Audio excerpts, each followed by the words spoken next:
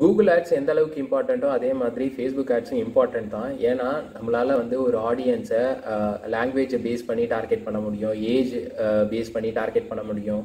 அது மட்டும் இல்லாமல் அவங்களோட பிஹேவியர், அவங்க வந்து ஃப்ரீக்வெண்ட்டாக வந்து ஷாப்பிங் பண்ணுறவங்களா, அவங்களுக்கு வந்து என்ன ஃபுட்டு பிடிக்கும், அவங்களுக்கு என்ன கலர் பிடிக்கும், இதெல்லாம் பேஸ் பண்ணி டீட்டெயில்டாக கூட நம்மளால் டார்கெட் பண்ண முடியும். இதெல்லாம் தாண்டி நீங்கள் வந்து பார்த்தீங்கன்னா ஒரு கஸ்டமர் லிஸ்ட்டே வச்சுருக்கீங்க எக்ஸிஸ்டிங்க அப்படின்னா, அந்த கஸ்டமர் லிஸ்ட்டை அப்லோட் பண்ணி கூட உங்களால் வந்து டார்கெட் பண்ண முடியும் ஃபேஸ்புக்கில். அது மட்டும் இல்லாமல் வெப்சைட்டில் வந்து நிறைய பேர் விசிட்டர்ஸ் வந்து வந்திருப்பாங்க இல்லையா? ஸோ விசிட்டர்ஸை கூட நம்மளால் வந்து ரீடார்கெட்டிங் பண்ணிகிட்டே இருக்க முடியும். அது மட்டும் இல்லாமல் இன்ஸ்டாகிராமில் உங்களுக்கு யார் லைக் பண்ணாங்க, இப்போ இந்த வீடியோ பார்த்துட்டு இருக்கீங்களா, உங்களை கூட நான் இன் ஃபியூச்சரில் ரீடார்கெட்டிங் பண்ண முடியும்.